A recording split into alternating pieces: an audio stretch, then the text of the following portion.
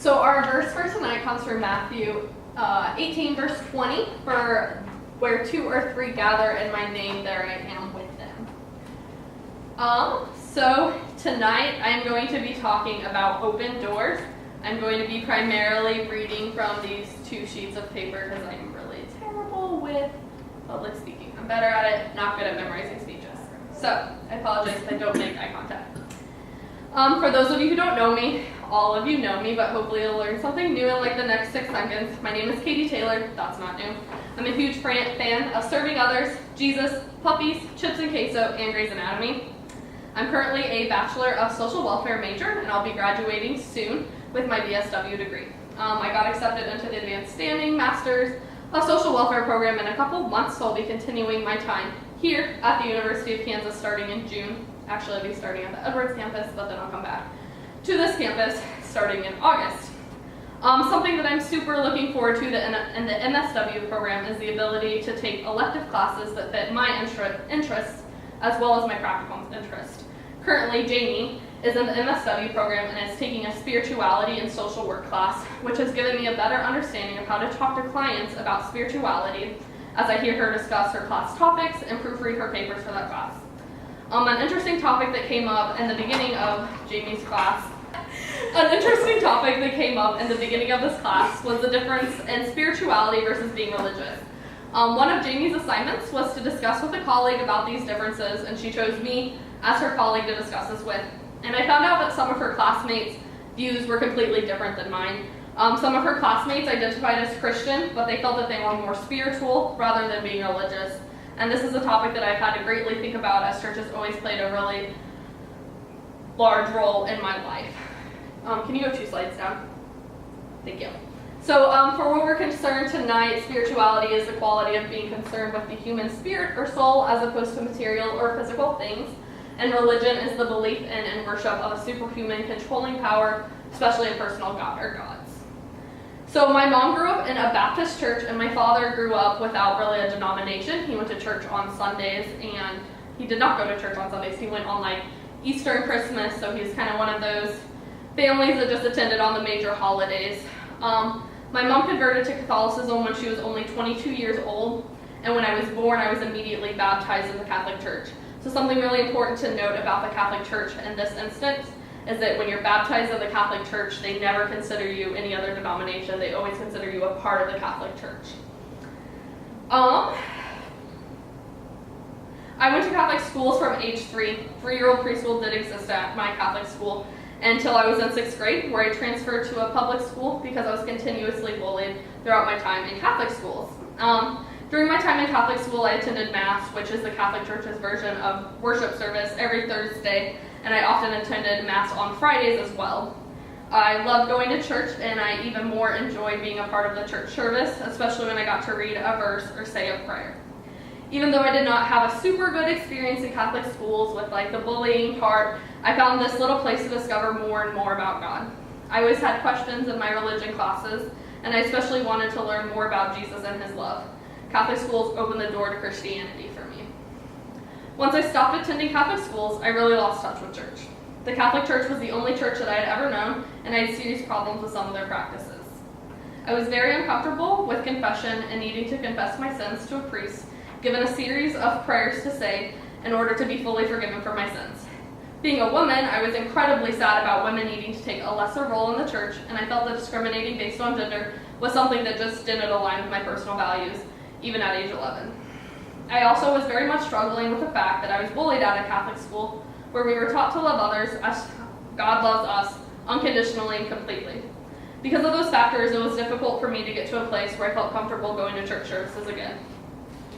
Then one day in the 2nd semester of 7th grade, this goofy kid wearing this like really annoying looking camo hat walked into my band class, and I had no idea that he would change my faith journey forever. This new student played the trumpet, and at this time it was an instrument that I really discriminated against, and I was not friends with the friends that he had in our band class. Him and I rarely talked in band, but he always seemed friendly and kind. Several times that semester, he asked me to come to this after-school program at his church called FISH. To this day, I still don't know what the acronym means. And it met every single Wednesday right after my middle school got out. And a lot of the kids the church was right next to the middle school, so we just walked down there. I politely declined his offers to come to fish at least a dozen times, but he found a way to get me to come because he began asking all of my friends, and I had seriously FOMO, fear of missing out, for those of you that don't know that. So I decided to give church a go for the first time since I had gone to Mass after I left Catholic schools. From the first time I stepped into Fish, I was welcomed with smiling faces, a welcoming environment, and snacks. We all know the real way to my heart is through my stomach, and I love snacks. So it was a really positive environment the first time. Once I tried Fish for the first time, I didn't miss a single Wednesday night program for the rest of the school year. I began attending Sunday school regularly at the same church that Fish was held, and I eventually made the choice to attend Sunday services. At this time, I was only 14 years old, and neither of my parents were super interested in going to Sunday service with me, although my mom and my dad did agree and promised that they would drive me to and from church, so they really supported me with that. I eventually made the step to become a member, and I went through confirmation in the United Methodist Church in 8th grade. Looking back, I can see how Mike Marcus has gone on to seminary, and that he has now given his life solely to God and his passion for the United Methodist Church. Even at 13, Mike knew that politely pressuring people into going to church was definitely a necessary thing to do. Little 7th grade Mike Marcus opened the door to Methodism for me. Throughout high school, I attended youth group on Sunday and Wednesday evenings at the same church. I participated in Sunday school classes, and I almost always attended Sunday morning worship. But what I enjoyed attending more than anything else during high school was Institute, which is a United Methodist week-long church camp. It's run through the Great Plains Conference at Baker University. It was here at Institute that I discovered what campus ministry was and why it was important to people who were in college. So at that time, I narrowed my college options down to KU and K-State because both had United Methodist campus ministries, and many of the other schools that I was looking at just did not have that United Methodist tie. After I graduated from high school, I went to Johnson County Community College for a year because I really didn't know what I wanted to do, and I didn't want to waste any money being on a big campus. So during this time, I realized that there were very few options for young adults at my home church. Once I graduated from high school, you were supposed to move up to the adult Sunday school classes, and I felt that most of the class topics, they weren't really directed at my age group. Again, Mike Marcus invited me to attend his campus ministry at KU, and this is where I truly fell in love with the University of Kansas. For those of you that don't know, which I think all of you do, there was what I call the OG original Wesley KU. This program is almost identical to what we have now. However, OG Wesley KU had gone through some transitional periods that were pretty rough. The OG Wesley KU went through a new campus minister for 3 consecutive years until our last campus minister decided to stick it out and stay for a second and a third year.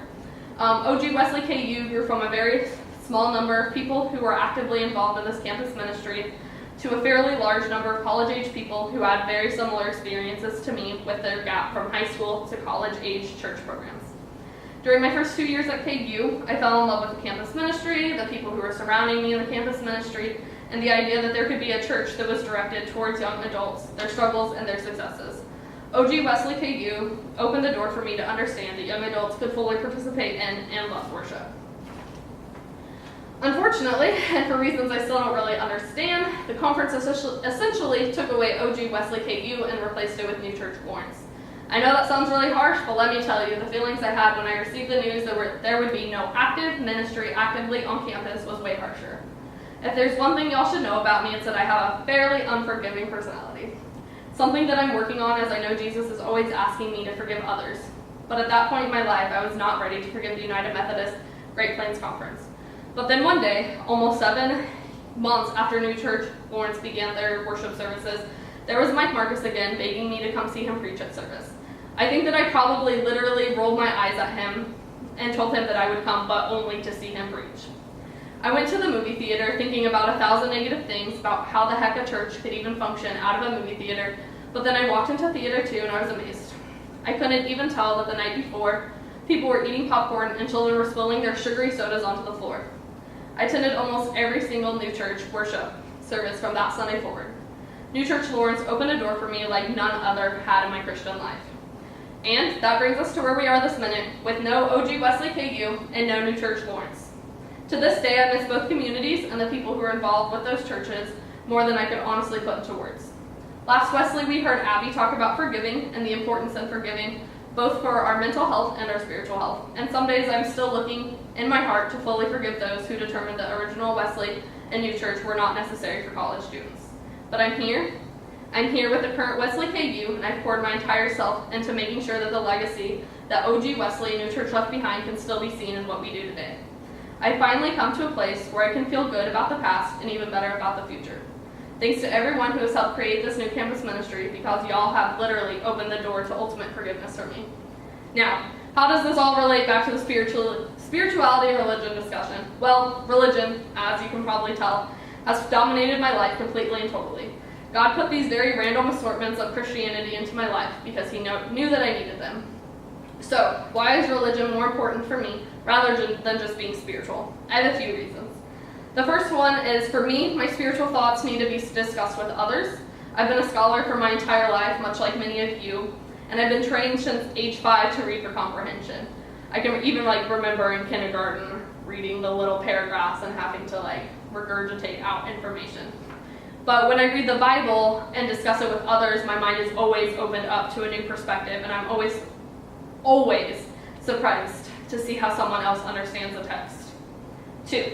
I feel most close to God when I'm singing songs that praise Him. While I really do enjoy singing songs outside of worship service, I feel an extra connection to the rest of God's people when I'm joining with them and singing a hymn. Or not a hymn. 3. When thinking about this topic, I'm continuously reminded of our verse, Matthew 18, verse 20, which says, "For where 2 or 3 gather in my name, there I am with them." For me, it's really important to gather as God's children, even in groups of 2 and 3, and to discuss the Word of God. So, to my fellow graduate, here's to more open doors.